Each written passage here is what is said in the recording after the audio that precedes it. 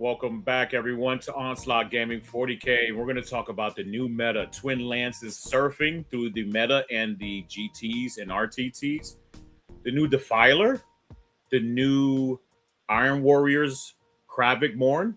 We're going to get right into that. But before we get into that, make sure to like, share, and subscribe, and stay tuned and locked in.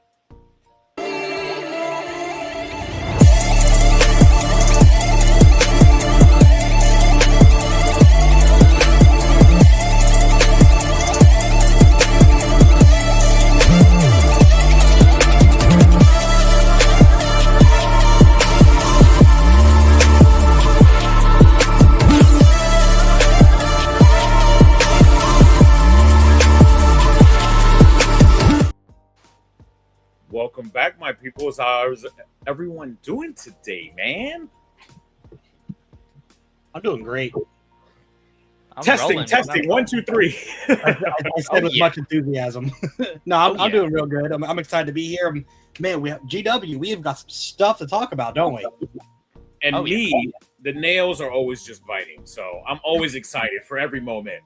Speaking of excited for every single moment, before we get started, once again, make sure to like, share, and subscribe so we can feed these wonderful two gentlemen. That's the only way they actually eat. Well, sometimes he eats a lot of biomass, which is synonymous most of the time.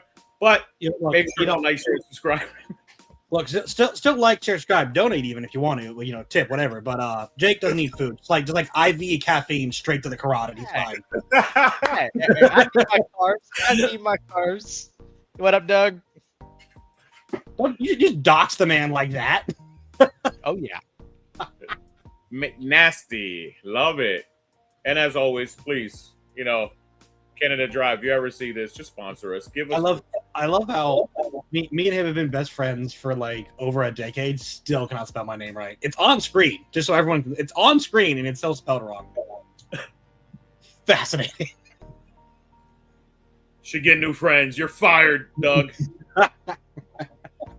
Or should we call you Dorgy? Oh boy, look, man, this guy right here, buddy, we will get to that. That is a very spicy rule. Now, I wanna point out I actually read that rule wrong, right? And I just thought it meant like if they're within 12, they could charge. I'm like, yo, I'm like, wait, are we for? So like, I actually read that wrong. I thought it was just any time. You within 12? We'll get to catch your hands. No, it's but first of all, Jake, how was your day? Me and Lewis cut you off twice, so give you your chance. oh, my day was great. I got up at 2, hot tub for a little while, gym, then back to hot tub, then played my games for a bit, and then took a little nap, and then I went to work, and then now I'm here. That is 2 a.m. for those of you thinking you slept at 2 p.m. Oh yeah, 2 a.m. He got up and just hot tub middle of the night. Hey, it's nice. So working at a supplement shop, right? I get access to all the caffeine first before all y'all, right?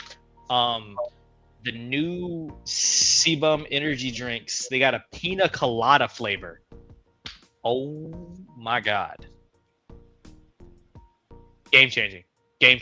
I like it was such a game changing moment that I took a picture of the can while I was in my hot tub. That's a picture of the can. You can't really see it, but I took a picture of that can because I wanted to remember that moment. Because I was like, "This is what it's about." He's not addicted. He can quit whenever he wants. Listen, if that makes you happy, do it, brother. Continue to do it. Hell yeah, kill it. Oh yeah, by all means. No, absolutely. But we're gonna talk about all the meta stuff today, right? So we're going to talk about the meta. Me actually going to a GT this weekend. Wow. Once again, shout out to Hobby Goblins and Counterspell Games in Jacksonville, Florida. I had a wonderful 2 rounds. Unfortunately, we had to leave early because the drive was about 3.5 hours drive back. But I have a wonderful weekend. I had wonderful 2 opponents. Actually pulled a Tim with my second opponent, and I'll tell you exactly what a Tim is. So Tim used to mess with me back in the days when I was head judging events and he was participating. He would come and yell, or he would yell at me and say, "Hey, judge, come over." And he would just ask me how I'm doing, right? So I thought it was serious, and he would ask me how I'm doing, right? So I did that to the judge over the weekend, and me and my opponent were both in it, right? So we're like arguing at each other, and we're like, Judge. He comes over, he's like, "What's going on, guys? Calm down." We're like, "No, we're just joking. We wanted to see how you're doing." So he just pinches me. But anyways, that's the opportunities you get to go when you go out there to the community, have a great time, and have wonderful tournament organizers like Eric himself. So thank you. Shout out to them for a wonderful time. But this weekend, I'm going to a GT at Layton in Altamonte, I think it's called. So I get an opportunity to actually put 2 days of work in, and I'm going to be by myself. So I'm not going to leave. So I'll make sure to play the 5 rounds. But I'm bringing my world leaders with me. I'm super excited. I think that I'm just going to end up doing a carbon copy of the world leaders, where basically I'm just going to bring Forge Fiends, Berserker. Save it for the video. They can go your list breakdown, on Wednesday before you go. But that's what I'm bringing. I'm going to a GT, and hopefully I go XN2 minimum. Yeah, you heard it here, folks. He's bringing, Cult of Blood. 200 cultists coming your way. Blood for the blood guy, baby. And May 2nd, on Grand Onslaught 12, we'll have a GT myself that I'll be running. So hopefully a lot of you come out there and participate as well. There's only 2 RTTs left. That means there's going to be a lot of practice for the GT. I will be there. I am excited to start practicing for that GT as soon as the missions drop. I got you. You're not. If they don't drop like the Monday before, it's my fault. You guys can blame me at the event. Yep, that's exactly what I'm thinking. So on that subject, you played. Tell us how did how's the meta going? Since you had some live games a couple days ago. So between watching on Saturday and playing on Sunday, Twin Lances and Recon Guard Redcon for Tau, not Monka, not the other ones. That's the best one being ran with the Twin Lances. That unit is absolutely incredible. Just to show you, for those of you who haven't seen the Twin Lance or haven't seen like the actual data sheet for that, we're going to go ahead and pull that up. But the broken thing about the Twin Lances is the ability to go uppy downy while in engagement range. And that is not up and down. Or up. Up. No, they fall back. They just move their 10 out of combat at the end of the fight phase. Yep. They can move 6, or at the end of the fight phase just fall back, which a fallback is your normal move, so they move 10 instead of 6. Fallback? Yeah, they can either make a flat 6 move or a fallback move at the end of the fight phase. Yep. Still gross, broken. Oh yeah, it is absolutely, because they scout move that's 18. If they charge something, which is not unreasonable with the amount of scouts and infiltrators are in the game right now, and then move another 10, they're just like, oh hey, here's your home objective or your expansion or what up, Jake? They have so masked out, right? At a minimum, right, in the right detachment, they have a 30-inch move guaranteed, right? And then if things play out perfectly, they have up to a 40-inch move turn 1, which with most deployment zones being 20 inches up, right? That is touching the board edge of your opponent's end of the field. Yep. Just putting that out there. Yeah, no, that it's almost like there was another rule that where you could move out of sequence that your opponent couldn't interact with, and it was broken. It's like we forgot that lesson. But I off of that, I am glad that a faction like Tau, who for much of the edition was maligned because their rules only worked half the time, do now have something. Oh, hey, there they are. Not off of that. We're going to stay on that. Yes, because I'm going to zoom in too. Sooner or later.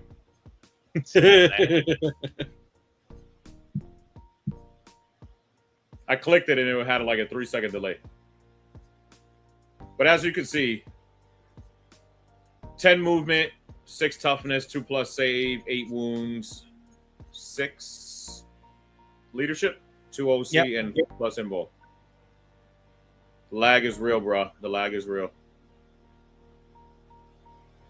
Deep Strike Scouts 8 as well. So you said 30 and then 40? What were you saying, Jake? So, it's so they get to go. They move 10. So they move 8, right? Then move 10. Oh, Scouts and then in Montka with the auto advance 6, right? And then at the end of the whatchamacallit, the end of the fight phase, they get to move another 6 inches, right? Yep. That's 30, right?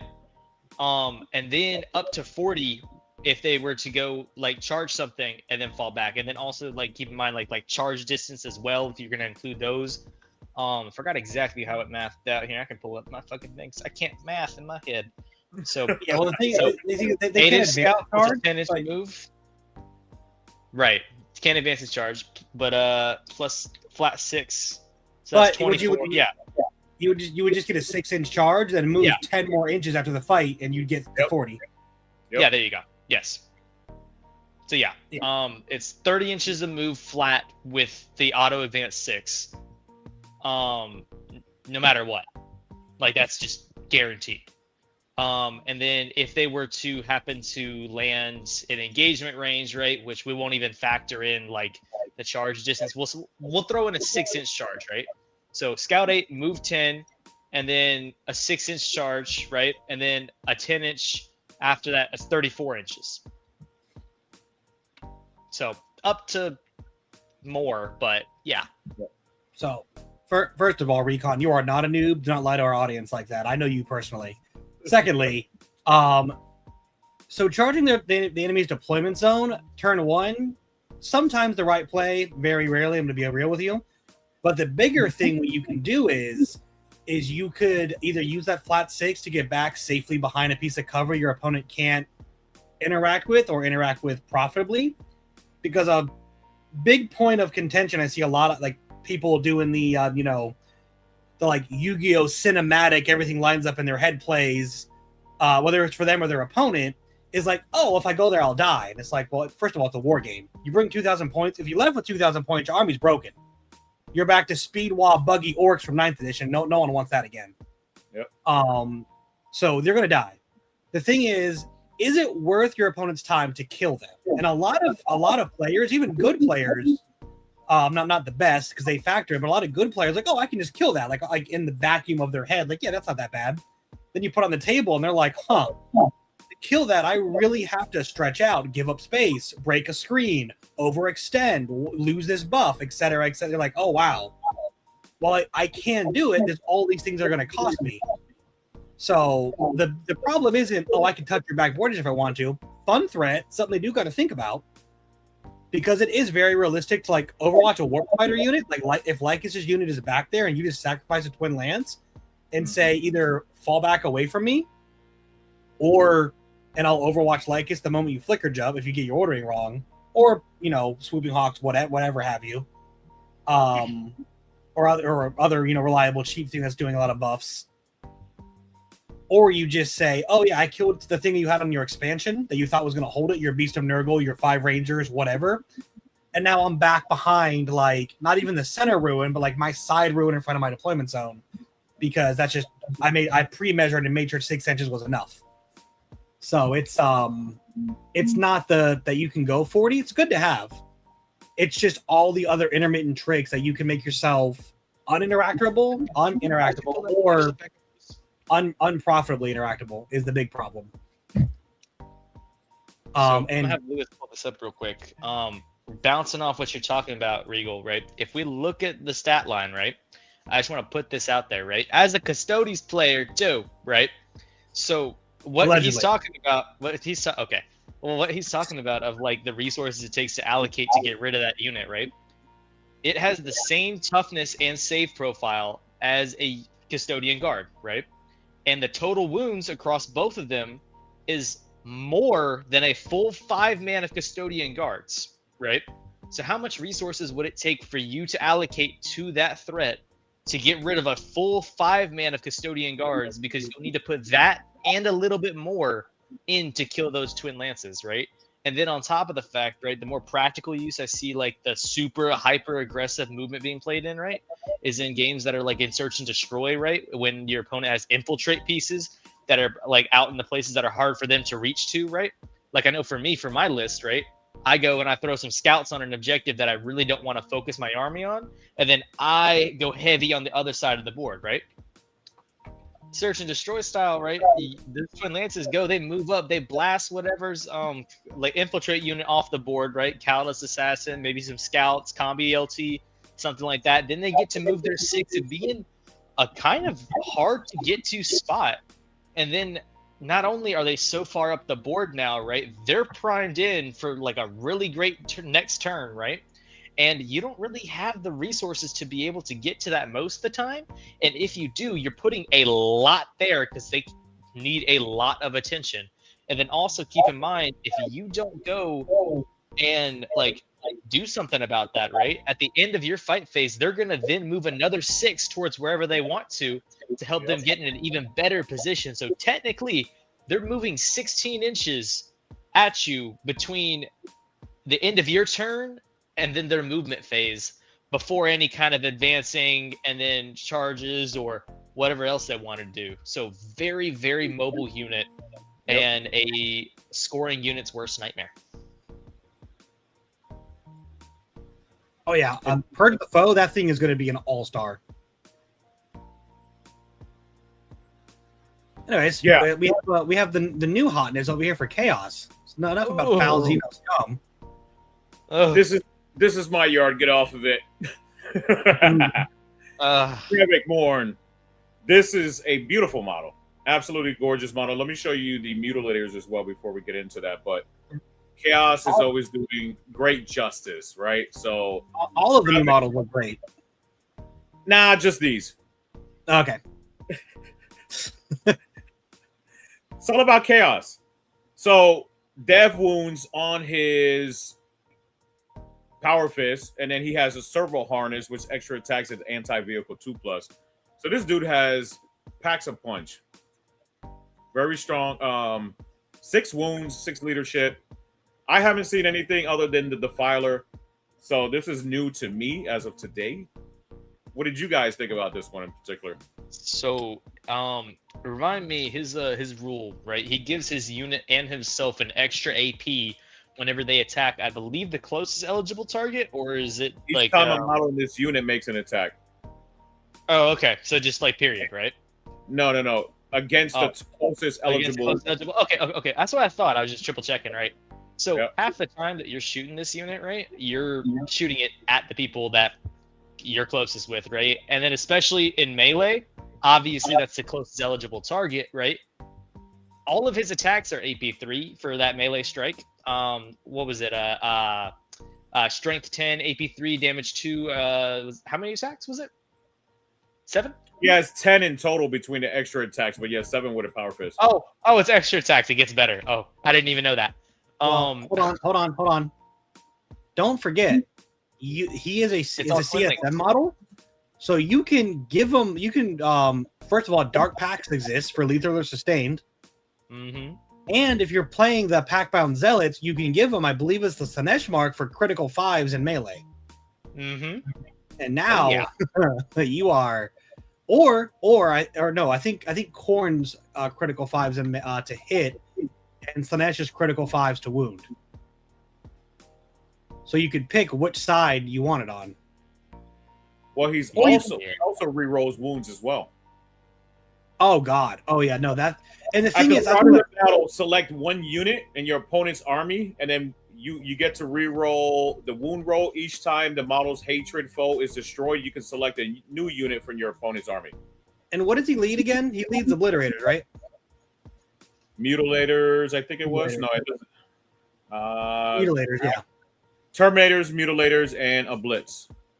So, fun fact for everything I just said about 2 things. There's also the equivalent marks for shooting, Zinch and Nurgle. Yep. And this little guy named Abaddon exists who gives you 4 rerolls to hit in an aura. So you just pick something and you go reroll all hits, reroll all wounds, crit 5, lethal or sustained, whatever I want. and that thing's dead. And then I move on to the next one. And about just circling back to what Jake said about being in melee. Can you read it word for word for me real quick? Because I want to make sure I'm right on this before I say it. Each time a model needs you to miss an attack, you're talking about that one? Yeah, that's all I need. Each time a model.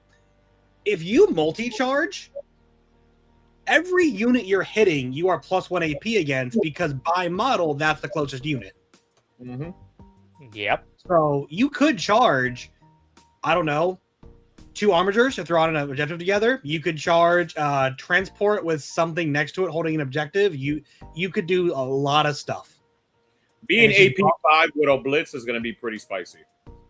Oh, is it? 9 attacks with sus 2, strength 12, AP 5, D6 plus 2 damage. Yep. Sugar five? Bar has an impulse. That Sugar shit is Fat Bar has an impulse save. Quote from and- Steve. Hold on. We forgot about the Lewis, the Chaos Dreadnought. We didn't forget. Hellbrute. Forget. Oh, Hellbrute. The Hellbrute. Oh, his aura. If you get lethal and sustained if you packs within 6 of him. So everything we just said, just both. You don't got to choose. No, this guy is a force multiplier. Particularly good in pack-bound zealots, because in the other chaos attachments you don't get marks, you don't get the buffs. That's specifically the pack-bound zealot rule. It's an exponential multiplier. I I believe pack-bound zealots is the one where you pick marks, and that's not the chaos one. I think the chaos one is the cultist one. But yeah, no, it's this guy is, and I don't think he's broken, to be clear. Like you are taking a Hellbrute, you are taking Abaddon, you're taking him, you're taking a unit of obliterators. Like you are doing the business. He is But very good. you're gonna get your money's worth. So the mutilators, they do impact mortals. They have flat 3 damage weapons, right? For their rending strikes. 4 attacks, hitting on 3, strength 9, AP 3 damage flat. AP 4 now. AP 4 if they're riding with him. I don't know if he's 15 best attacks, with- strength 9, AP 4 damage 3. I don't think he's best with a blitz, but he's probably better off than mutilators just fighting in close combat. I think it depends on the detachment, because like if you take like if you're at Where his ability is only for himself, the Architect of Ruin, so that kind of sucks. what the reroll all wounds. Yeah, that's only for him. It's his mob. Oh yeah, no, that's fine. We don't care about that. Put him in a blitz, give him crit 5 to hit, reroll lethal sustain, rerolling all hits, and just have a field day. The wounds are not going to matter. He gets his silly little 10 attacks on top. But I think for the mutilators, I think if you're running Creations of Bile, that gets real nasty real fast. Yeah. Basically just don't roll +1 ballistic skill, and you are banging. And they have a fight on death stratagem, so you are just tearing through people. Also, what is it? Baby. The Raiders one, the one where if you fight an enemy on an objective, you get +1 AP, and that so you get +2 AP if you charge an enemy on an objective. Well, the mutilators and Krevik, just in world leaders alone, if they allow it in the deities, and they were saying they were, right? I saw it. They said they were allowing it in all 4 of them. Or I know the Defiler is. I don't know. Because Krevik is specifically in Iron Warriors. I don't know if he's going to be in what I another thought one. too. I don't know. Well, the mutilators should transfer over, but yeah, Krevik. The mutilators might, but Krevik I think is going to stay in the CSM Codex. Even the mutilators themselves over there would be very good. But yeah, go ahead. Boy. No, I was just saying. What is it? It's the Raiders detachment, not the new Corsair one, but the old one, where you get the +1 AP is going to be, because what's the mutilators melee profile AP? 3, 4. Well, he's got 3 different ones. He's got clawed wet sweeps, he's got rending strikes, and he's got thunderous blows. Are they all different AP? What's the AP values? Yeah, it's 2, 3, 4. So instead of 2, 3, 4, what if it was 4, 5, 6? No, 4, 5, 6. +2? Holy shit. Yeah, because you have the detachment that gives you, I think it's advance in charge or assault, and if you attack an enemy on an objective, you get +1 AP against them. Oh yeah. So the detachment +1 AP plus Krevik's +1 AP. Yeah. Yeah.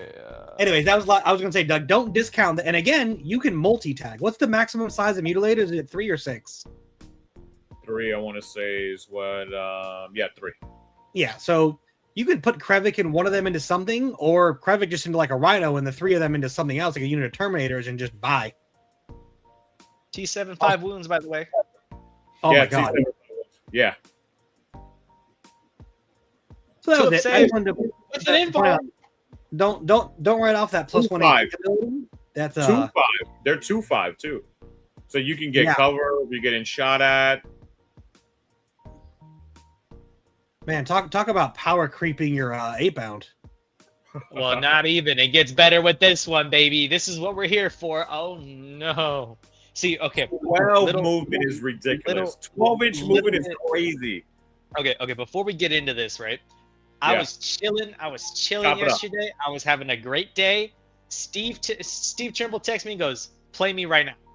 And I said, "What?" And he said, "Play me right now against Defilers." And I said, "Oh, I can't right now. I gotta go to work in 30 minutes."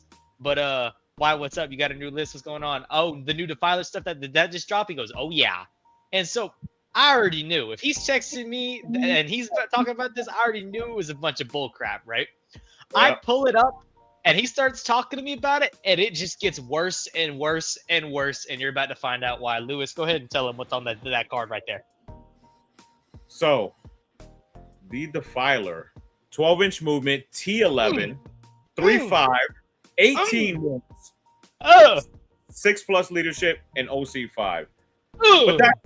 But that's just the start. That's just the basics, right? So he starts off with a Haze Battle Cannon. Haze Battle Cannon, you're going to automatically trade that for the Ectoplasma Destructor, okay? And you're going to take the D6 shots, hitting on 3, strength 12, AP 3 damage flat. And then you're going to put that in either EC or Thousand Suns. I don't know. I think that's probably your best choices for those to get the most efficiency out of him, because Thousand Suns will give you the Overwatch on 4+, which is ridiculous. Hold on. You jumping the gun, man. Before we go through profiles, read its datasheet rules. So each time this unit makes a normal advance or fallback move, it can move through models, excluding Titanic, of course, and terrain features. No restrictions on what terrain features, okay? Read between the lines. That means 4 inches, 20 inches, whatever. It just moves through it. Kool-Aid Man. So it can move within engagement range of enemy models, but cannot end that move within engagement range of them. And any desperate escape test is just automatically passed. So already the better than Knights, right? They don't take battle shock. They don't take any penalties. They don't trip on a rock. They just get it done. Demon Forge, each time, so this is the second ability. Each time this model makes a Dark Pact, until the end of the phase, each time this model makes an attack, reroll a wound roll of 1. In addition, once per battle, when this unit makes a Dark Pact, before making the resulting leadership test, you can declare it was overcharging its Demon Forge. And it does this. 2 bullet points. If the resulting leadership test is failed, this model suffers 3 mortal wounds instead of D3. Second bullet point. Until the end of the phase, each time this model makes an attack, full wound rerolls. Now, I want to stop right there. Go back to what you said about EC and Thousand Suns being the best, and review everything we said about the Hellbrute, the giving it attack for crit 5s and shooting. Yeah. World Eaters, got it. The Abaddon reroll all hits. So now you're rerolling all hits, rerolling all wounds, crit 5 at whatever step of the process you want. World Eaters, baby. And then you're taking sus and lethals and mortal wounds. Yes. Quote from Steve. Steve says, "Watch this. Now the Defiler has sus lethals on 5s, full rerolls to hit, +2 strength, reroll 1s to wound, and once per game, full rerolls to wound, and loan off 18. Pack bound, baby." Holy. No, pack bound's still not even the best one. Put it in the Vastor detachment. +2 strength and +1 to wound on all of its guns.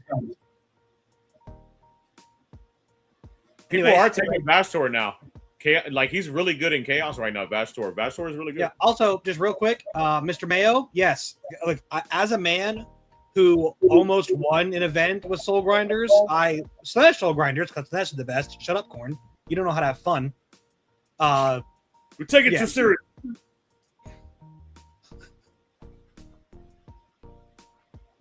Anyways, now we can go back to the guns. Now that we know that like all the context of these, and when we get to the melee, we will address the melee side in World Eaters and also Creations of Bile, because I don't think Creations of Bile is limited to infantry. Well, hold up. They're not done listening about the guns, man. There's so much here. The Exorcism Cannon. Like I said, look, I was giving a lead in to when we finish the guns. 8, 9, that's 9 ranged weapon profiles you can choose from. Yeah, right. 4, 5, 6, Like, 6. total To from- choose from 9, but yes, they get 6. Oh, Or yeah. sorry, they get 5. They get 5 because they even have a heavy Bale Flamer. Yeah. This is fine. This is fine. And it's only 90 points. No, joking. I don't know how many points. He said it Jake, should be this- like Chase 250. just lost his mind. His whole top is Want to point out the new Destrier, which I'm sure we'll get to next or on the next thing, was announced. It's T10, 3 up, 5 up, 18 wounds. Not all those guns. Yep. The other rule that it has, it's not a data sheet rule, it's just it's an equipment rule. If you take no guns and all hands, whatever profile you use gets more attacks, I believe. No, What are you nope. I was never mind. I'm getting ahead. We'll get back to that rule. That's not on the Defiler. That's on the Lance guy. Oh yeah. Good call, Recon. Yeah, Thousand Suns with their psychic powers can give you +1 or +2 AP, and then either reroll ones or full rerolls to hit to a target. So basically, the real implications of what people are looking at here with this now, right? Is so if you went back up to the weapon profiles, he can have 2 Meltas, right? As well as whatchamacallit, 2 las cannons, right? Which they're 2 shots each on those las cannons, I believe. Yep. And so 2 shots each on those las cannons, right? Which once per game full rerolls, so they're basically getting twin link las cannons. So you're having a Custodes grav tank built into this little thing right here, right? As well as those magma cutters for those what's the range of those? Yeah, just 12. Yeah, 12-inch magma cutters, you know, and then the running through walls and the twin link las cannons, and then also your melee profile as well. So all of this gets stacked into EC builds who don't have great anti-tank options. Here you are, right? Now suddenly you've got arguably one of the best anti-tank units in the game, given the amount of versatility of how you can use it, right? And then you also you take this into Death Guard, right? And then I forget which detachment it is, but it's this stratagem right here: Inflamed Reprisal. In your opponent's shooting phase, when a friendly Death Guard unit within 6 inches of this model is selected as a target of an attack, this model can use its ability. And if it does, after the attacking unit's finished making its attack, the Death Guard unit can shoot as if it were its shooting phase. So now you shoot at the Defiler, and he just goes. It just rips over at you. Like, okay, cool, great. And then you have Emperor's Children, which because you can do all the different Chaos Gods for this unit. And if Lewis, if you want to scroll down to that real quick and show the Emperor's Children one, which is arguably what I believe is to be one of the best ones, right? It's the next one over. So Death Guard. Yeah, let's go through them one by one. So Death Guard removes cover for the phase. Hold on. Before we get to that, because I wanted to add to your point, and then we'll circle back to Jake. I wanted to add to your point. If you do, you can take extra weapons with the Electro Scourge. That does give you extra attacks, Regal. So, like you were saying before, you were just a little bit off the mark. But yes, you're absolutely right. You do get extra attacks. You can take that, but it does say you cannot double up on the extra. Because multiple of the weapons can be switched out for it. Only one of them can be. Yep, but that is extra attack. So if you put it into World Eaters or whatever it might be, right? Like we'll get back to the melee in about 3 minutes. Yep. So for Death Guard first, go ahead. So in the shooting phase, it shoots something, it removes target. This is super great for Mortarian's Hammer, because the plague crawlers or Plague Burst crawlers fire indirect, and you get the benefit of cover for indirect. Yeah. But what if you didn't? What if you just, or what if their AP1 autocannons on the blight drones were actually AP1 and not had cover? So very nasty there. Very nasty. Go ahead, Jake. You wanted to talk about your point. So Emperor's Children get this rule of the model, right? And on top of that, right, also because when they get played in Emperor's Children, get to advance, fallback, shoot, and charge all the time, right? Yeah. Moving 12 and then now hitting on 2s. Hold on. Hold on. like- You're short You know selling. what I like that it's not below half strength because they're always below half strength, and you don't want to fight them when they're No, not always. No, sir. 2 units, the ballistas and the I believe it's a star scythe, the missile crisis suits are at full health or above half health. But this is the good version of the rule, yes. The thing about Emperor's Children, you can take it in code or really concede it, but by the time you get all the buffs going, reroll 1s to hit and wound, crit 5, sustain lethal, you've already won the game. This thing shooting is irrelevant. No. Court of the Phoenician has a stratagem, 1 CP. You pick an Emperor's Children unit that hasn't shot yet, all of their guns get +1 strength, +1 AP. So the last cannons, the magma cutters, even the flamer. The flamer goes from 712 to 822. AP4 twin linked las cannons. That's wild. So and we're speaking of court, it has a stratagem to let a demon unit go through walls, which just doesn't need because that's for Fulgrim and for Foot Princes. We still talking Emperor's Children here, or 1,000? Hold on. No, I'm talking about the general model. The reason it moves 12, do you guys know why? I can tell you why. It has to move 12 to be playable. Lewis, real quick, go back up and tell us the base size. Because it has a base. Unfortunately, they refuse to let this thing walk around. 12 inches? It is what does it say here? here? It should be. I don't know if it says it's on a 160 millimeter base, which for those of you who don't know, that is almost 6.5 inches in diameter. So moving 12, if it's 1 inch away from a wall or something, it's gonna need like 80% of that movement just to clear the wall completely. Yep. So that's why it moves 12. Because even if it moved 10, if you're it moves through walls, it doesn't need it. No, it does, because it's like the Great Old One problem. Because Plague Legion has the strat to go through a wall, but unless your Great Unclean One is touching the wall, you can't clear it. Your movement's not enough. Because you can't end a movement inside the wall, even if a strat lets you go through it. So, unless you're playing WTC. No, I'm. Well, sorry, sir. But anyways, to the 1,000 Suns, Lewis, you take these. They're your favorite. How dare you? So each time your target, so this is just for 4-up Overwatch. Love it, except for. Okay, so it's just 5-ups normally for anything, and within 9 inches of 4-up Overwatch. That's still pretty gross. I don't know if you want to get that close with 1,000 Suns Defiler, because you're probably going for guns and not. No. Melee. No. The 9 inches is if you're within 9 inches of 1,000 Suns Psyker, which every squad leader is and every character is. You don't got to be within 9 inches of the enemy. You got to be within 9 inches of one of your own allied Psychers. Listen, man, I skimmed it for show's sake, okay? Real quick, we do have a question. Can it charge through walls or just move? I believe it's just regular move. I don't think it can charge through walls. No, I believe it was move, advance, and fall back. Move, advance, fall back. Yep. Yeah, normal. So it is more than. Not even move.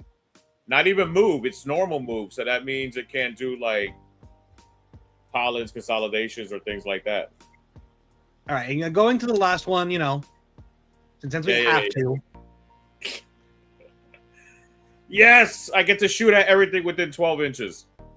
Yeah, if it's eligible. But I'm not shooting. I'm fighting it. I'm going to declare a charge.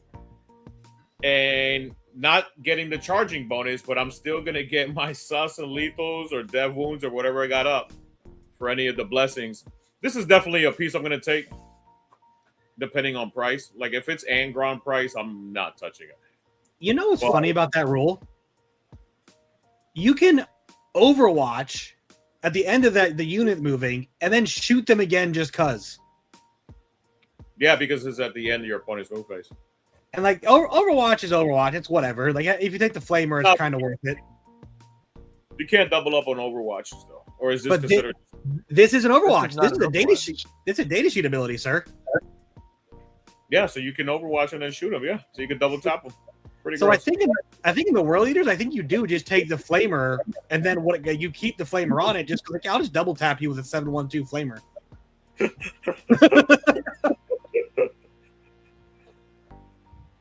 I like that actually. Yeah, you can double tap.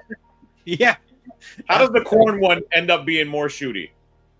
Oh, it's not more shooty. Read that second rule because it's corn. What you're going to do is Overwatch them with the flamer, and then you're going to pick the second bullet point because you're corn. Yeah, declare a charge against the unit. It sucks that note that even if this charge is successful, this model does not receive the charge bonus. But doesn't that you're not going to just charge and sit there? When do you fight? The charge bonus is only the fights first. Yeah. You still made a quote charge move, so you still get any corn attachments or abilities or whatever for making a charge move, I believe. Yeah. Yeah. You still get all of that, but I'm talking about the fight. When is you should be able to fight right then and there. No, it's the fight phase. So, but basically, as long as you don't charge a fight first unit, you have fight priority because it's an ongoing combat in your opponent's turn. It's a blood search, basically. Yep. Yeah. But you didn't shoot at me. I'm just going to charge at you before you can. But much more importantly, this right here is like the ultimate like 5D multiversal chest brain ability of all of them.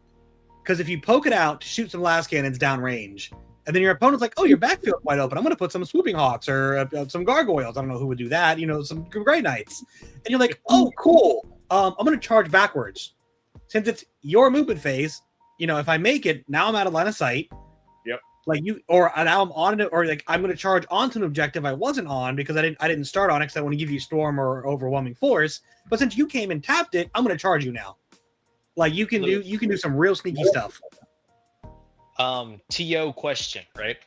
So this is a data sheet ability to go and declare this charge, right? But you are declaring a charge and you're rolling the dice for a charge, right? So you're rolling a charge, right? Mm-hmm. Can you CP reroll that charge? It is a regular charge. You're rolling a charge. Yep, the roll is still a charge. That's what I thought. Because you're not rolling anything like an ability, right? Like on a 2-up, you stand back up or anything like that. You're rolling a charge move. Something that you can reroll. Oh, Lewis. Reroll charges just jump to like third best thing on the blood table if these are because mind you, if it doesn't say once per turn or per phase. So if you have 3 of them and they get within 12 inches of any or all of them can attempt it. Yep. Either they bring in reserves 9 away, you can just roll 12 times with the reroll charges buff and just be like, we're in. Correct me if I'm wrong. Oh no, Angron doesn't have the +1 to charge aura anymore, right? They got rid of that? Cool. Yeah, so you just people can just decide, and it's not whenever they end a move or if they arrive from reserves. It is anything within 12 with the end. It's basically Spectacle of Spite, except 12 inches instead of 9. Which again, they nerfed that rule. It's like we haven't learned. Yeah. What'd you say, Jake? They have to be set up on the battlefield, so it's from reserves or deep strike only. Correct, right? No, it's anything within 12, I believe. Lewis, can you bring it back up real quick? It was when the models were set up. So I was believing it was just deep strike. Well, we were on the side over here, but hold up. It just said at the end of the movement phase. Hold on, I'll look it up real quick. You guys talk about Thulia for a second. Yeah, because that's when it triggers, but it's also like the target is enemy unit set up within 12. Hold on, I have it right here. It just says set up, does it? It said just sets up. Yeah. Oh yeah, no, it does say it was set up within 12. So it's not just man, it's not just moving. All right, so it's not quite Spectacle of Spite. So they did learn. Good catch, Jake. Yeah. Yeah, so it's only from deep strike and reserves. Yeah. That's it. No. It is from deep strike, reserves, or transports. Yeah, because transports is set up as well. Correct. Which also, oh, that's funny. So this is the Yu-Gi-Oh cinematic universe I was talking about. But if you Overwatch like a Rhino with a Forge Fiend or one of these last cannons, you just get lucky and dome it. The things that get out because the vehicle's dead are technically being set up on the battlefield. Yes, so because they're disappointing. Correct. You could Overwatch something and then charge into them at the end of their movement phase. When you would shoot them. Or, even funnier, when you kill Canis Rex, Sir Hector gets out. You could shoot him. So you... Anyways. Hold on. Before we continue on to the Raiders. To the AdMeg, we're going to pay the bills real quick. All right. We're going to be right back. Give us 1 minute. Stay tuned. Don't move. Make sure to like and grab a drink real quick. We'll be right back. Now with a word from our sponsor, Baron of Dice. Baron of Dice is your one-stop shop for premium wargaming dice. Our dice are made with premium resin materials and colored dyes. Each die is hand-mixed to the desired result and then carefully swirled with 2, 3, or 4 colors in a silicone mold before being laser engraved with a wicked symbol and finished in a matte or gloss polish. There are no imperfections in our dice, no balancing issues, no micro bubbles or mold lines. This is the difference between. You can, quite literally, feel and hear a difference with our dice. Whatever game you play, whatever style your team or faction rocks, we're sure to have something to elevate your game. With over 500 styles and over 4,000 customer reviews, welcome to the best dice on the planet. Now back to our show. Yeah. All right. Thank you, everyone, for hanging tight. We had to pay the bills. Make sure, as always, to like, share, and subscribe. Don't forget. That helps us out. And Regal and Jake work very, very hard, so we need it.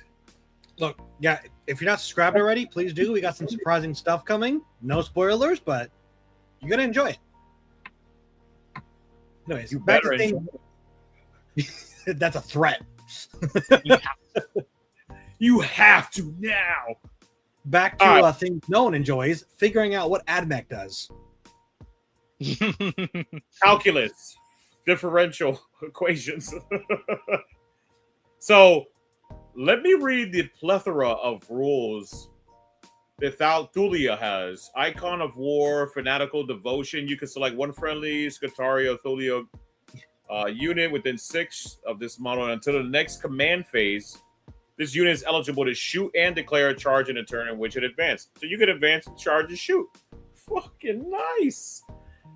This okay, depending on model, on pricing for this model points cost, like this is going to be pretty nice. Or you pick adaptive tactics. You can select one friendly. Hold up, is this a selection or do you get all of these? Yeah, so that's a pick 3. So that's part of its robe of the Warforged. Where does it say that? So over and under the abilities, go down to the second one. So first of all, first thing to notice, this is a she. So we love women in STEM. We are an inclusive channel over here. But secondly, Supreme Commander. So this is basically the mirror to call. This is the Archmagos Terminus of Mars. So this is the head, basically your Morvenval, your Gilliman. This is the person leading the Mars Adeptus Mechanicus. So as such, they have a pick 3 ability like other Supreme Commanders do. Yeah, no, I was worried out. Not or Shadow Sun. They don't get them. They're not cool. I read both of them. I was like, this is the same rule, but one is just advances and the other one is fallback. So you could fall back, shoot, and charge, or advance, shoot, and charge. Very flexible. So you can, and the third one is the Fires of Mars. You can select one friendly Scutaria Thulia unit within 6 of this model until the start of your next command phase. The Conqueror Imperative and Protector Imperative are both active, which are just the army rules. Yep. So I'm going to show you on certain units. Like, I think that one, the Fires of Mars in particular, real good on an Electro Piece build. Anyways, She has other rules. That was one rule, everyone. Those pick 3, that was just the robes of Rod of the Warforged. There's still 3 other rules to have. 10 wounds, toughness 8. 8 movement, 4+ invuln, so 2/4. Very nice. 10 wounds. But only OC3. Both the Defiler and the Twin Lance out OC it, because the Twin Lance said OC2, but there's 2 models there, so. Yeah, but this is going to cost a nickel, so it's going to cost a whopping 60 points probably. So no, look, that was AdMech a year and a half ago. New AdMech, they are paying their taxes. Exactly. Look, it might be more expensive in the next maybe edition. It's just hit 300 points like every other Primarch. I don't want to. Look, here's the thing: you don't see 6 chickens per AdMech list anymore, and there's a reason for that. That's just people can't afford to. They need to pull out a mortgage just to buy an AdMech army, and they have to have a doctorate in AdMech. I didn't say which price went up. I just said the price went up. Everything's expensive just to own AdMech. The only way that you can own AdMech is on TTS for free. That's about it.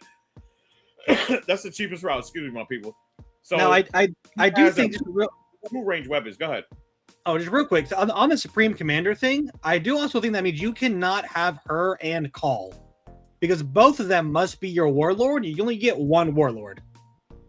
So she is like not just spiritually a competitor like Farsight and Shadow Sun, but like they are actively competing for the slot in your army because they both can't take it.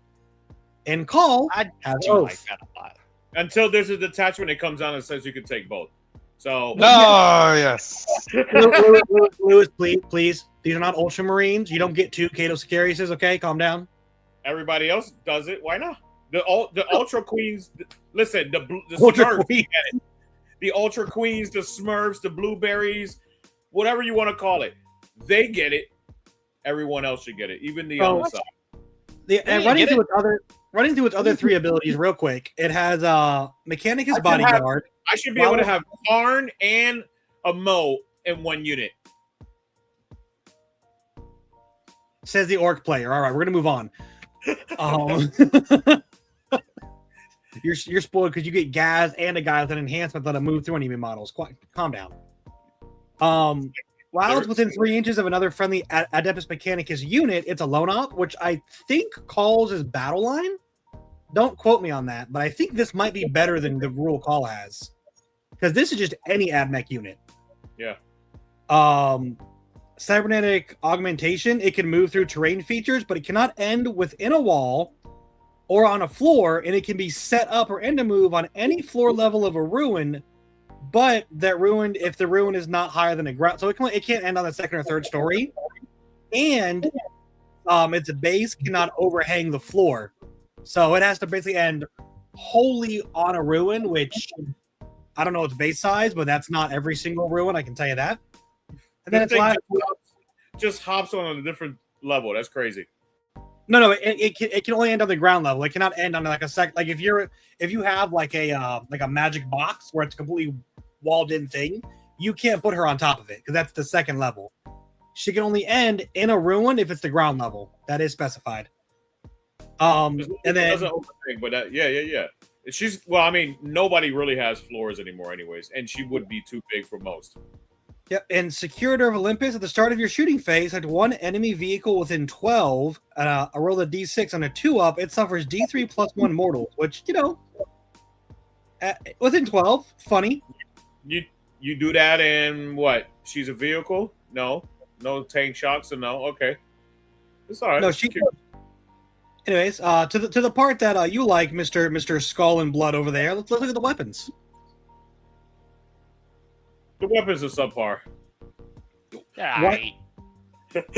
So her melee weapon is Rod of the Warforged Sweep, 12 attacks, hitting on 2/6/1/1.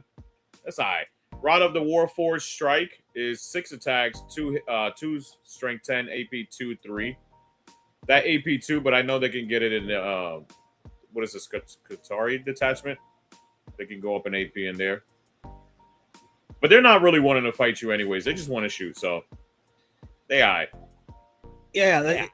It has 2 shots at basically blast cannons that are dev wounds. Just dev wounds, everyone. Resonator, Titanic Impact, just the name itself, and then Shockwave is the other one. Yeah, which is D6 plus 2 blast, sustained 1 at 621. So it's, I don't know, a dev wound last cannon. Also, just again, back to the 6 chicken things. That's just more last cannons that the Mechanicum has for some reason. They have the guns, man. They have Also, all the guns.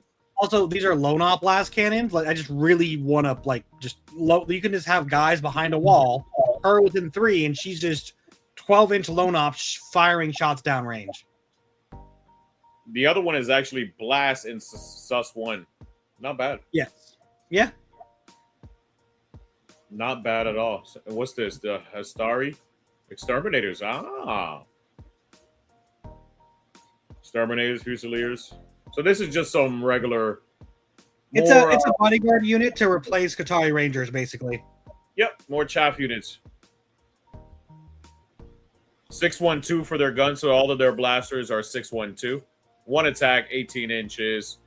And also, each time a model of this unit makes an attack with an eradication caster that targets a unit, excluding monster or vehicle, that attack has sus 1. And again, the I believe it's the Scorpius Dune Crawler, I think is the transport. When you get, it has the Falcon rule. When whatever got out of it, whatever that the transport shoots, the unit within, if they shoot the same target, they get full reroll wounds. And those eradication casters are anti-infantry 4-up. Yes, they are. So you know, anti-infantry. And then they also have an I believe only one character, only the sergeant can get the arc blaster. But it's, you know, anti-vehicle 4-up dev wounds, 1 shot, 612. So you probably just leave it at the anti-infantry and they just mow down guardsmen and orcs like nobody. Even Space Marines, honestly. 2 wounds with a 5+ invul too. All right, how many? Okay, it's only a 5-man squad. Let's say these things are getting real close to Gene Sailor levels because they're okay. I was like, all right. I'm about to start having some problems here. We have another bodyguard unit. There's only 5, yeah. This talk about it. I know you've been excited to talk about this, and Jake, I know he was talking about it as well. So break it down, Mr. Imperium. Well, no, hold on. You skipped one. You skipped the Fusiliers. Did I? Yeah. It's all right. I don't know. They have bring yet another las cannon. Why do we keep giving them las cannons? They do have a neutron fusel. Strength 12, AP 3, D6 plus 1, 1 attack. Yeah. Yeah. And then for some reason, Ignores cover. But why? So AP4, basically.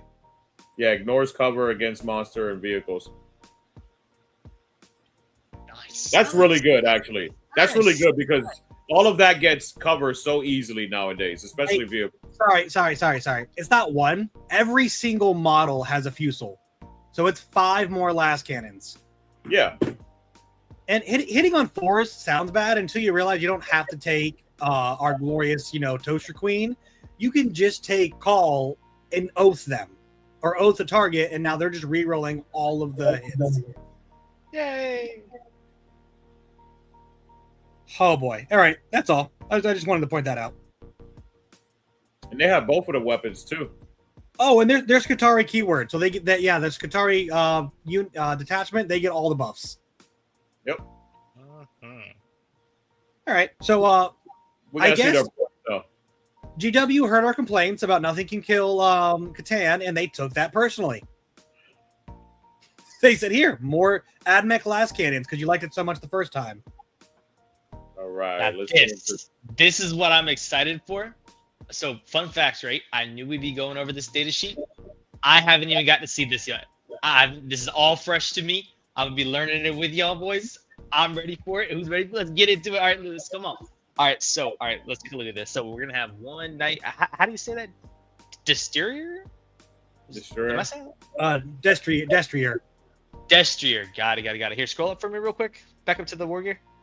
Okay, so it's going to have 1, Chastier Gatling Cannon, a Frag Bombard, the Heavy Stubber, and then Titanic Feet. Okay, cool. So it's gonna have 3 options of like attacks, and then Titanic Feats.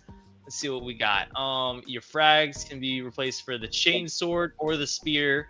Okay, and then more.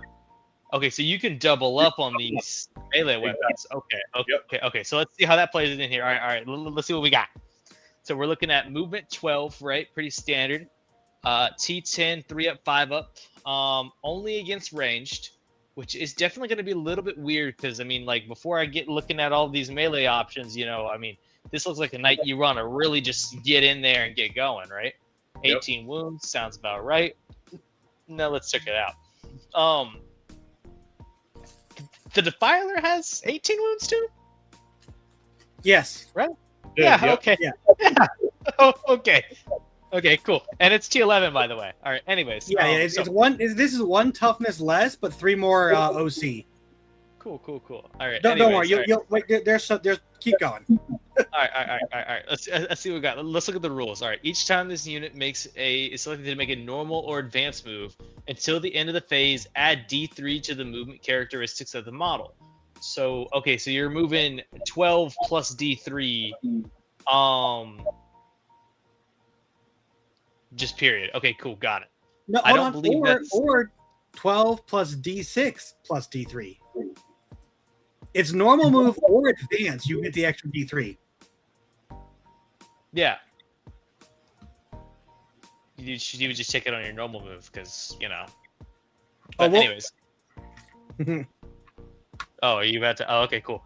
Keep going. If this model's equipped with Thundershock Spears and a Reaper Chainsword, add 2 to the attack characteristics of melee weapons equipped by this model. So if you have the Chainsword and the Spear, you get just 2 extra attacks for all your profiles. Cool. Each time this model is selected to make a ranged attack that targets a unit within 1 or more objective markers, that attack has the ignore cover ability. Pretty cool. Okay. The Gatling Cannon, 12 attacks, AP1. It's all right. Okay. Assault rapid fire D6 plus 3. That's not bad. That frag bombard is not bad. AP1 is a little killer, but I mean, like, ignore cover if they're on the objective, but That's most of the times with 2d6 plus 6. Yeah. For 12 inches. That's crazy.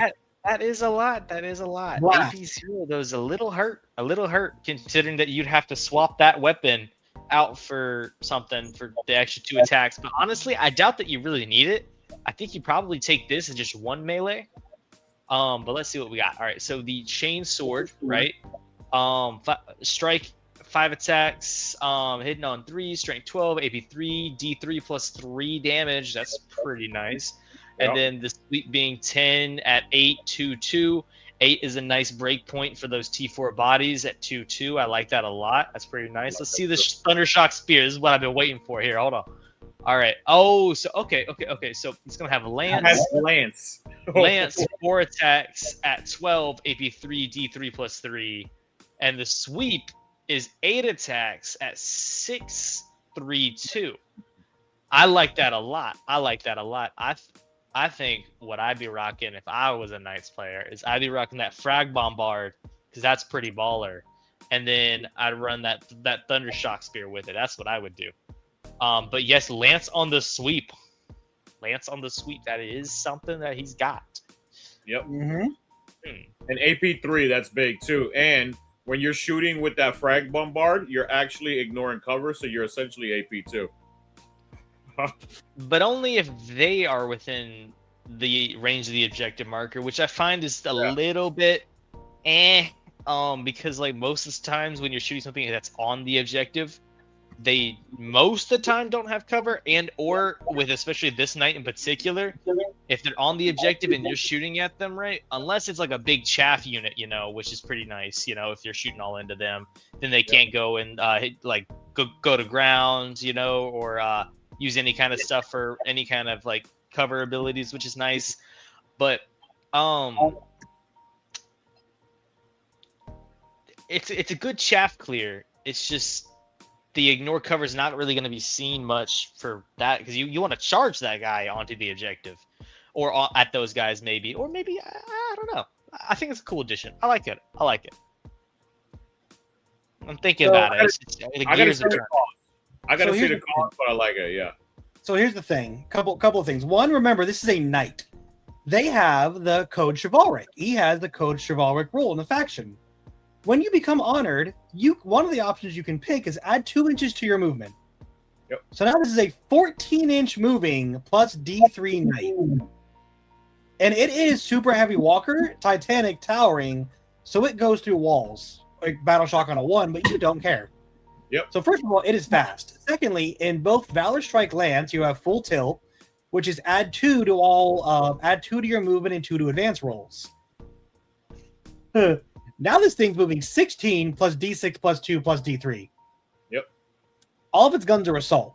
And let us not forget, the Lancer exists and the Imperial Knights get bondsman abilities, and the Lancer can give this guy advance and charge. So now, and then in Gate Warden Lance, which again, everyone sleeps on, and I'm telling you guys, I promise you not to, it has a stratagem to give 2 knights that have not moved yet plus 3 to their movement. So now it is a 15-inch plus D3, potentially 2 advancing and charging. You should take 2 Lancers, 2 of these guys. Yep. And I tell you, that Frag Bombard, if you get 11.9 inches away from, I don't know, Jake, let's say the Scout Squad, for example, just off the, or a combi lieutenant who reactive moves if you get within 9 inches of it. Yep. I'll tell you, 2d6 plus 6 shots, or 7 if it's a 5-man unit. Even hitting on 3s with the AP 1-2 damage, that'll kill a Scout Squad more often than not. That's not even included the blast either. No, So it it's is. not- 2d6 plus 7 because you only get the blast once. Yeah, plus no, I'm saying 2d6 plus 6 was Plus, not yeah, including the blast. Yep. Also, it can tank shock. Let's not forget that. Yep. So yeah, this thing yeah. is super fast, goes through walls. Like you were talking about the Twin Lance, right? They can move 18 on turn 1. They can scout 8, move 10, then advance. Well, what if that, but knight? So also another thing that I'm really hyped to see is the point cost for this guy, right? Yep. Because I believe this is going to be something really, really cool. Because I mean, now we've got 3 knight bodies, right? You've got your big Questoris, then you've got your knight Destrier, and then you've got your Armingers, right? And so now you've got 3 different levels of, they've got small stuff to throw at you, a medium thing to throw at you, and the large thing to throw at you, right? And it's going to give knight players a lot of more versatility that they did not have before, and have something that they can throw out that maybe like an Armiger can't quite do the job. Their big Questoris is a little bit of overkill, but now here comes this speedy little demon to come go get you. I think it's going to change the way that knights feel on the table and the way that they operate as a whole, and that's something that I'm really excited for, because it's going to help them feel and play more like knights, which is kind of what I've always been for in this game. I'm a big fan of when GW finally gets the hang of an army and makes them play and feel like that army. What do you Also, think the cost is going to be? Can you kind of guesstimate like what the cost is going to be? 240 to 270. It's got to be between Armiger and Knights, right? It's gonna be it's gonna be 240 to 270. Armiger. You heard it here first, everyone. Regal said 240 to 270. My personal guess is 250. That's if I had to plant my flag in the ground. I told Anime earlier, I think it's going to be 250. That seems like a reasonable price point because 260, so you can't strat reserve both. That's GWA. They don't care. You would be right, but it's Imperium, Lewis. So 250. Yeah. Might be 230. All right. Well, what I was going to say before you asked that, they're also they are in the character section. You can give them enhancements. Oh shit, are they characters too? They are characters. Holy moly! Yes, you can. Yeah. I didn't even catch that. Yeah, good catch, Regal. Yeah. So they can get enhancements, get buffs, and yeah. Also, and again. So 3 enhancements, 3 of those you're running Oh, around. sorry. They're not an armager, so they can't get the advanced in charge from the Lancer. I'm sorry. They're not. They don't get the bondsman effect. But they are still super fast with the 12 plus D3 plus either 2 inches or the 3 inches. Like 15 plus D3 is 17. 17 and being able to go through walls is like Jake was saying, it's not in your opponent's deployment zone, but that is reasonable levels of charging. That is. That's what my berserkers do. 17 inches, baby, out of the rhino. So my points cost prediction is I'm looking at 230, 240, 245. That's what I'm thinking too. So along the same lines, Arminger is 140. A Knight Errant is 355, right? So that would be about like that middle ground of like little bit more. I could see 260, anywhere from like the 240 260 range is what I'm thinking. I'll tell you the truth. My entire speculation was based off of it. Keeper of Secrets are 240 at a T10, move 14, 18 wounds, 5 up save, 4 up invuln. These are 3 up save, 5 up invuln, 2 inches slower, but 3 more OC'd. I'm like, all right, it's going to be right around the points of a keeper. And keepers are 240. I think it'll be a little bit more because this is definitely better than a keeper. But just based off of the metrics of it, it's probably going to end up around the keeper points. Maybe a little higher just because GW is like, yeah, we admit this is better than the demon everyone forgot about.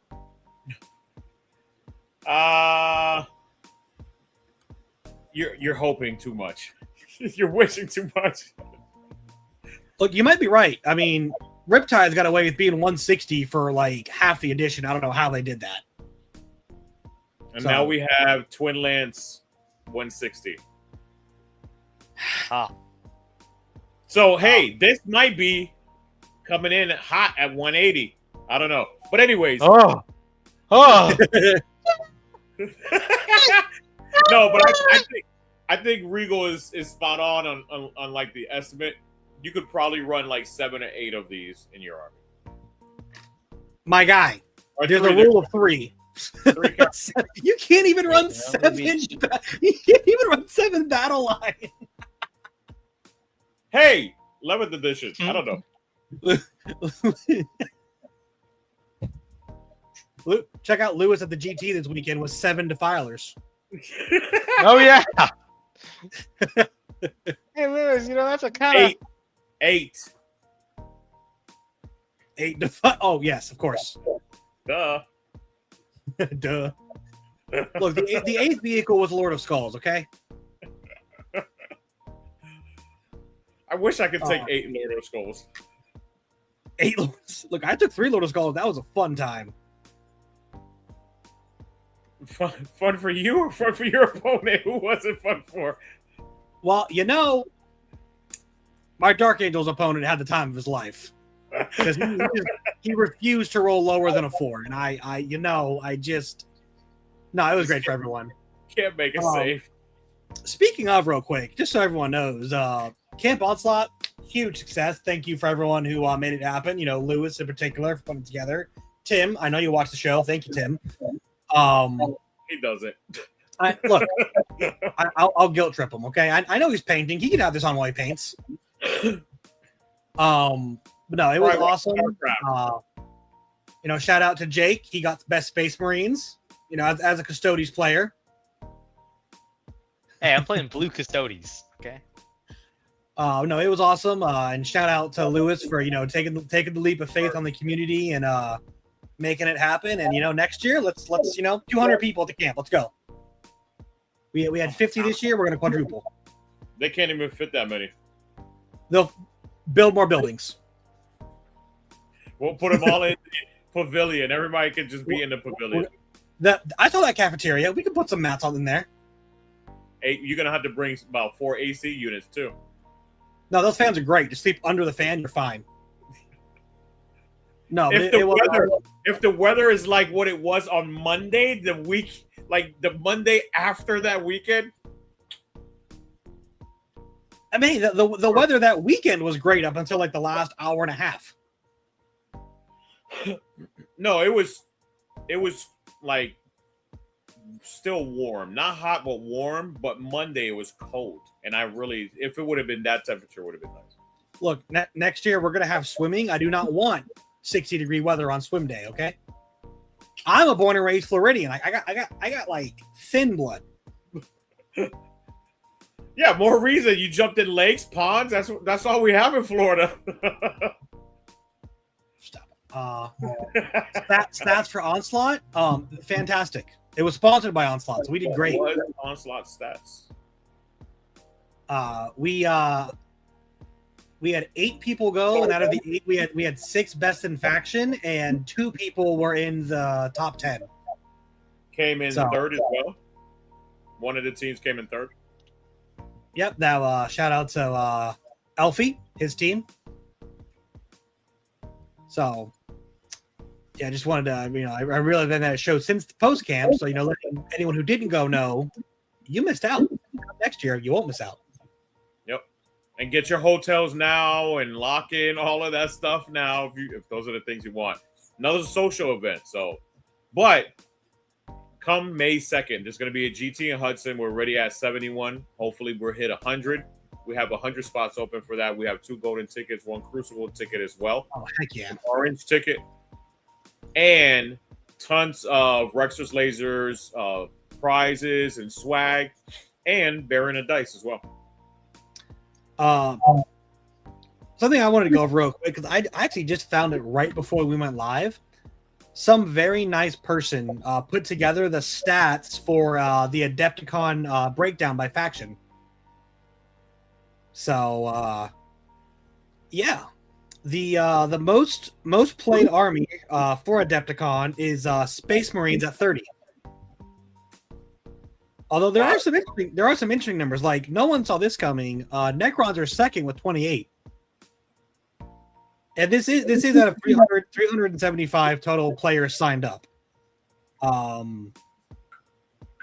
But every faction is represented. Some of them very well. Like there are, let's see here. There's 12 Custodes players. I'm assuming they're all running the Land Raider thing, but hey, they're doing it. 26 CSM players. That actually kind of caught me off guard. I didn't realize CSM had such a big I knew it's a popular army, but wow, they're really good right now. They're really good right now. Matter of fact, over the weekend I played into CSM, the Nightmare Haunt, and Obliterators are absolutely gross. Yep, they've always been gross. They're indirect fire, 4 damage. Did they give him the rerolls with Abaddon? No, he didn't have Abby. Okay, so he just did the crit. He had crits. How many 3 times Lord of Skulls? No one's that crazy, Recon. Come on now.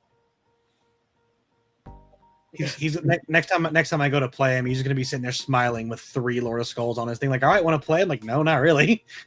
I can't handle that. Hasn't spread out like he spread out on the bed on the bed.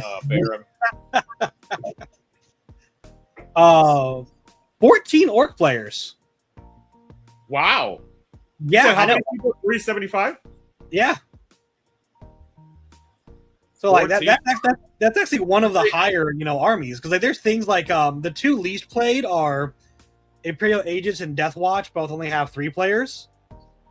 So like the scale is from 3 to 30, and like just for an example, there's 14 knight players as well. So orcs, with like knights are tied. There's only 16 Tau players too. So like orcs are pretty okay. Someone found some secret sauce. How many world leaders?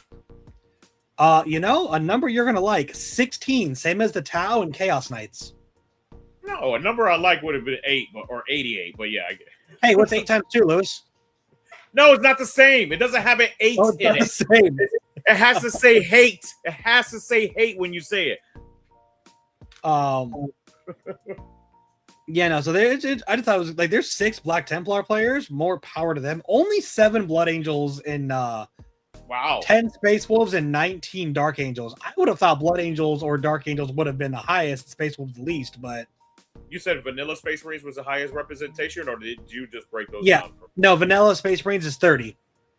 Yeah. And Vanilla Space Marines is also Ultramarines. So yeah. Yeah. Hey. I've seen some people mess around with Forge Father's Blessing, like unironically. I don't think it's 20 guard players. So that's effectively 6,000 guardsmen.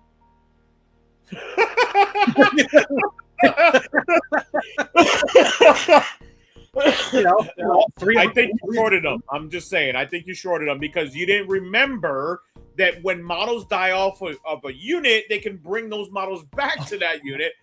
So please multiply that times another 2. All right.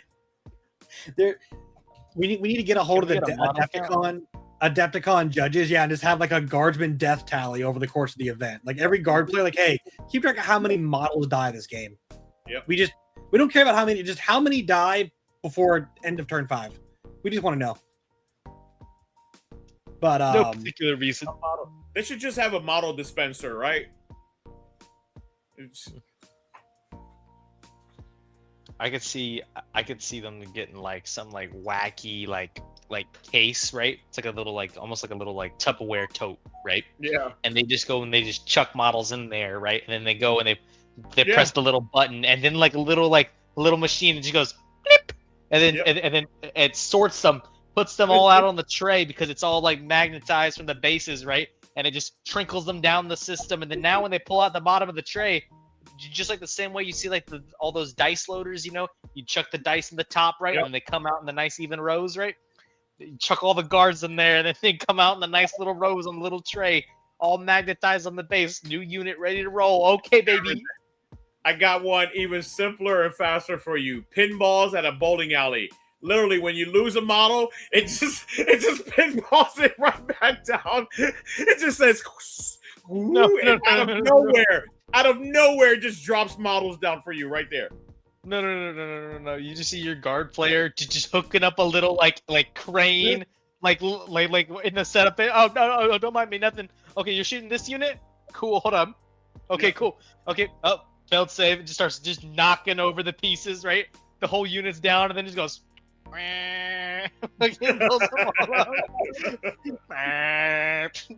right, we're good. Just dump again. My goodness. Yep. So, Recon Guard have been doing great. What was the any chaos? I know you said chaos, but what was competing next? I guess. So CSM at 26, World Eaters and Chaos Knights at 16, Emperor's Children at 12, Death Guard have 11, and Thousand Suns and Demons are both at 10. So all of Chaos is in double digits. They are even good. Like, let me see. Hold on.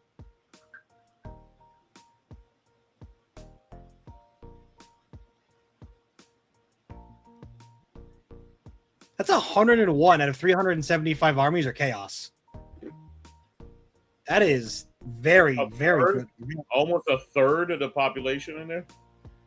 Yep. Like, for example, Xenos, let's see, that's...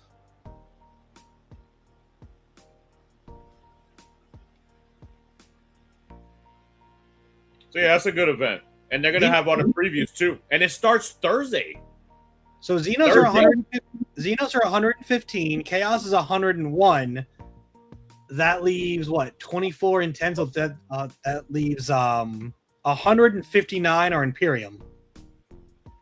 Take out the but 50 of that is generic Space Marines and Guard. And then on top of that, you have another 36 Blood Angels, Dark Angels, 42, 45 with Death Watch, Templar, Space Wolf, Dark Angels, Blood. Yeah, if you take out all the Space Marines, Imperium is the lowest, but you don't do that because it's Space Marines. That doesn't seem bad though when you look at it at a macro, because no. That's like a third for every single one, just progressively getting a little bit scaled. Yeah, up. 101, 115, 159. Not bad for a scaling. Yeah, that's that's probably that shows the health of this game, right? It's pretty healthy. So yeah, there are certainly some skew, the Ultramarines, Necrons, but like even to that, it's like you said, it's very well split between the three like mega factions of Chaos, Xenos, Imperium. And like I said, Chaos is the most well balanced with all of them being double digits. Like even in Xenos, they have GSC, which has 4, which is really dragging down the average. And Tyranids are at 20. They're the second highest Xenos representation.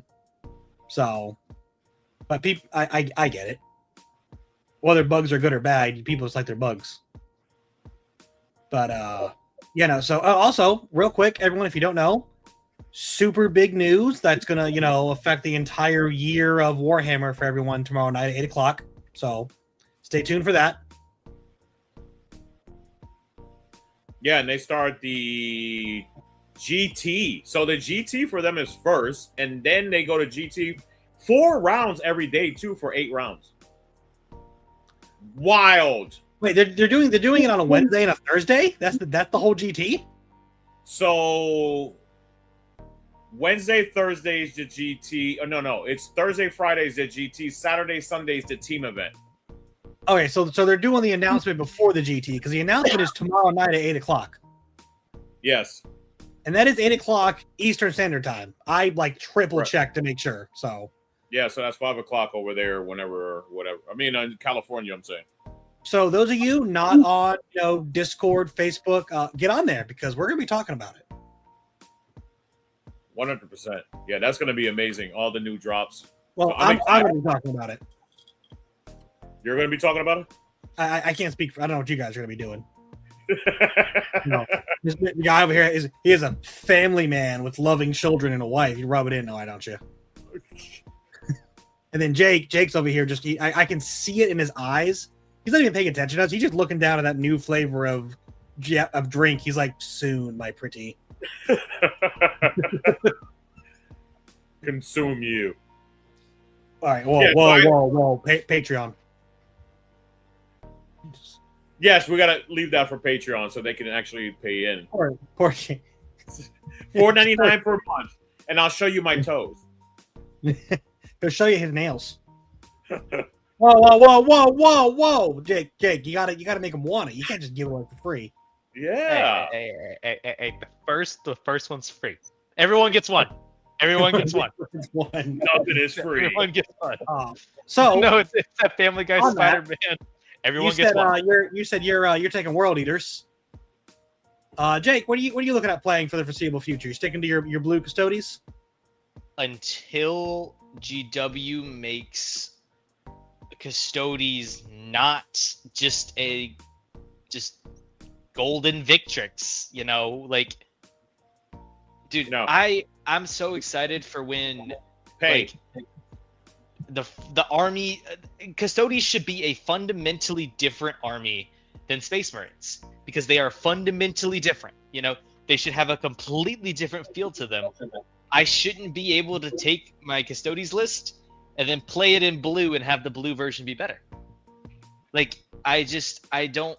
So until that time, I gotta play Ultramarines. Jake, here's the problem with that. I can't make money if I'm only selling you 20 miniatures. I can make money if I'm selling you 40 or 50 Victrix cards, right? Or Victrix cards between the characters, right? Because now you want characters in all 3 of your units. Well, you always did because they only get the -1 to wound if they're being led by a chapter master or a captain. So you've always wanted a character into your Victrix. That's how wardens are, and that's how you get money, baby. Yeah, because you're not making money. You got people over here 3D printing them and buying them for 3D. But look, if this last Saturday told me anything, because they're making money off of Custodes. Oh yeah, they took my money. And I'm gonna continue to throw it. It's like that meme. Shut up and take my money. Yeah. I can't wait to know, because right now I know that I at my absolute best play my best with my Ultramarines, right? That is gonna be the list that I'm most lethal with because that is what's got the tools for me right now, right?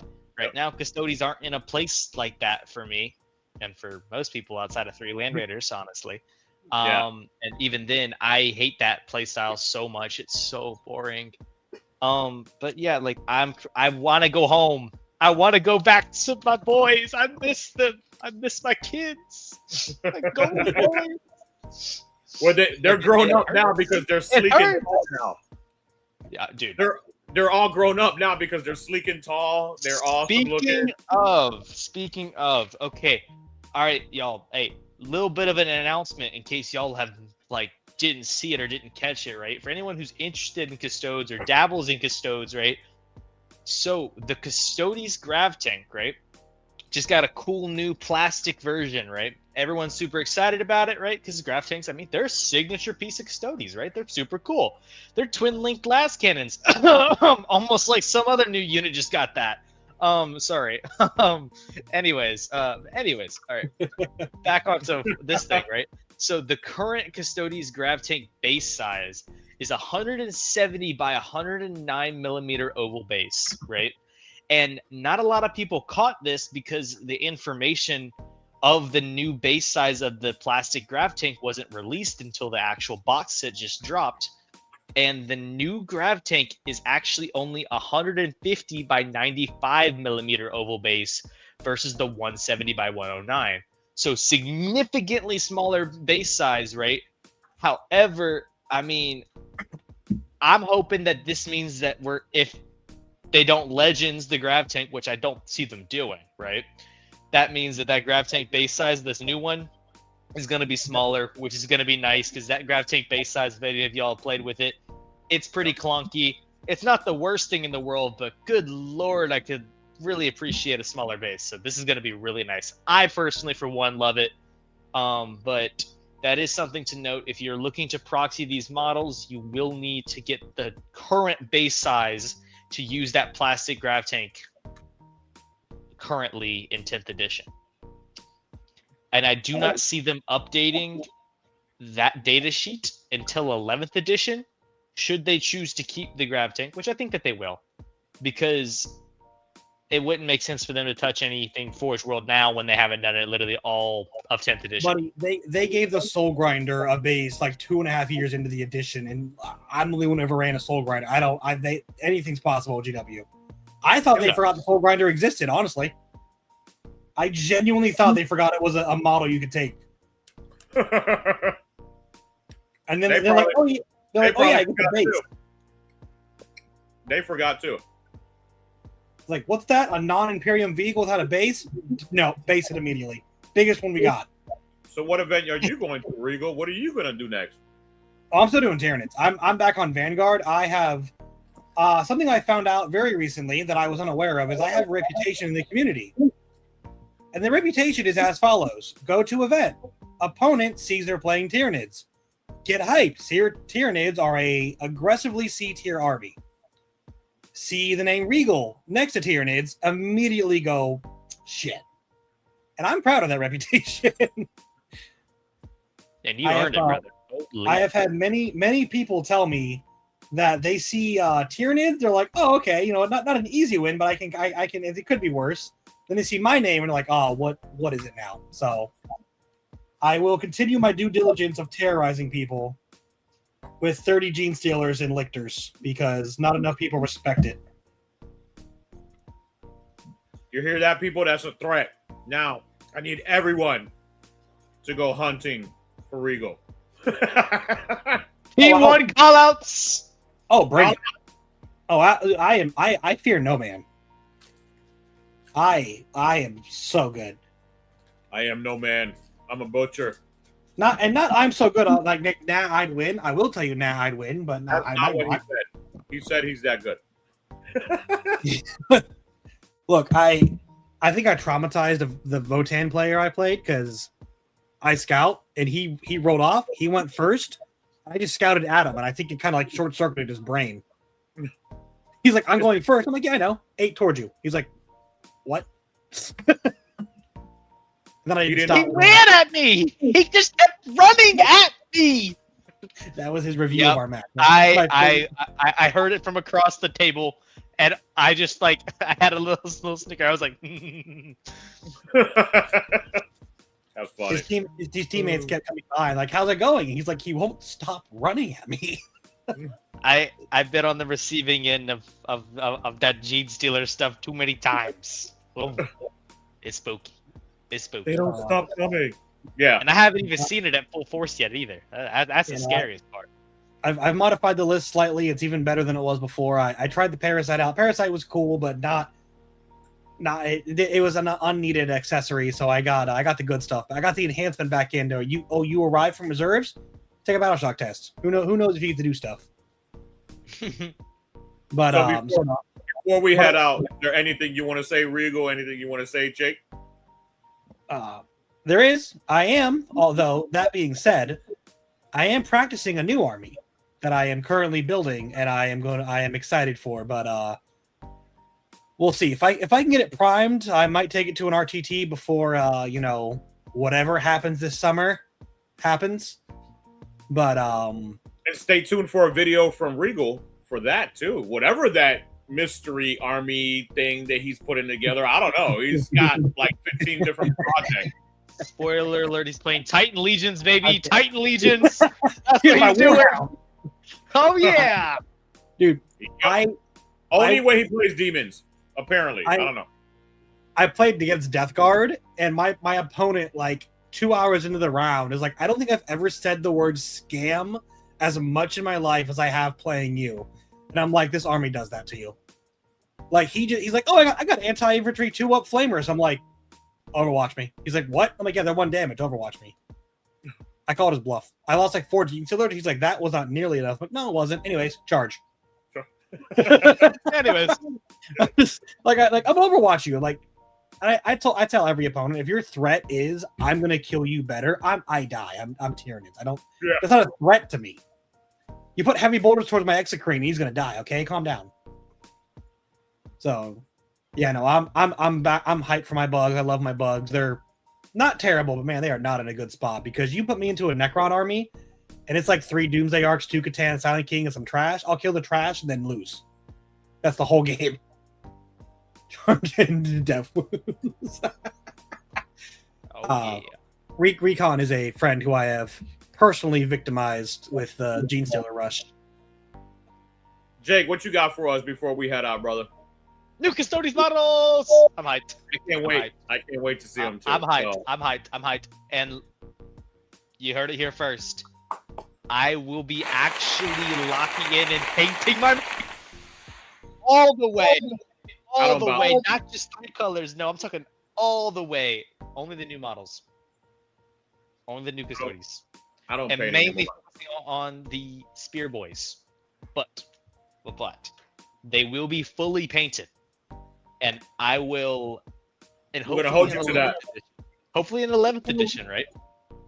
If we see some cool stuff with how Custodes work, because GW dropped that teaser and they said rules change for Custodes coming soon, right? Which I feel like that's kind of obvious. That kind of has to mean 11th edition, because there's no way you're gonna drop a rules change in 10th just to re-up. But you severely underestimate GW's work strategy, Okong. But hey, you can let somebody dream. But that's real quick. Milk it to the end. Lewis, yeah. I need you to change all your RTT packets and GT packets from primed only to primed only, unless you're Jake, then armies on parade. Not even stop. No, yep. Don't parade ready. Better have a battle ready every event. All right. Hey, Custodes get dropped in what, 2 weeks? About less than 2 weeks. I saw a guy paint Twin Lance characters in 1 day, so you should paint 5 models in 5 days? 10 models in 10 days? No. It's one unit a day. So either a tank or 5 guys or a character. There you go. 1 unit a day. Look, I'm over here. I built. I don't know. Jake is losing his mind. He's like, what's going on right now? Hey. I'm going to paint them at my own speed, but each guy that I paint, look, you've seen my 5 fully painted models. Okay, look, I put all the love and attention into my boys, and I'm really proud of them. So I'm going to take my time. I'm going to give them love. I'm not going to rush it, right? But I'm going to actually have it on like a commitment. Like, I'm going to be on there. I'm going to be putting the time in with it. Not just kind of be like, oh, I'll do it later. Before I the new get it. edition, before summertime. I get it. He's gonna lore accurate custodies where each one is like an individual like work of art. No, That's how I do my no mass produced Space Marine gene seed and individualized. I take one guy and I paint him. I sit down and I paint him until he is perfect, and I cannot leave until he is perfect. Sometimes it takes 3 hours. Sometimes it takes 4. Who knows? All right, well, we're heading out of here. Anybody say your goodbyes? Peace out, my peoples. Love y'all. Thank you very much. I don't think there's any comments left or anything that we haven't said yet. They're just Don't salty. forget The 3 rules I get piss everyone off. It's okay. Very rude. Oiled up custodians from Emperor T. Stop it! No. From Emperor TTS. Oh my gosh. All right. Thank you very much. That's everyone. Absolutely. And don't forget, Onslaught Gaming 40K, where victory is just a strategy away. And more events throughout the years. Check us out. All right. Like, share, subscribe. Love you. Have a wonderful weekend, weekday, everything in between. Weekend, the week's over. We've all had a rough Tuesday. Yes. Could we start a new weekend now? Yes. Exactly.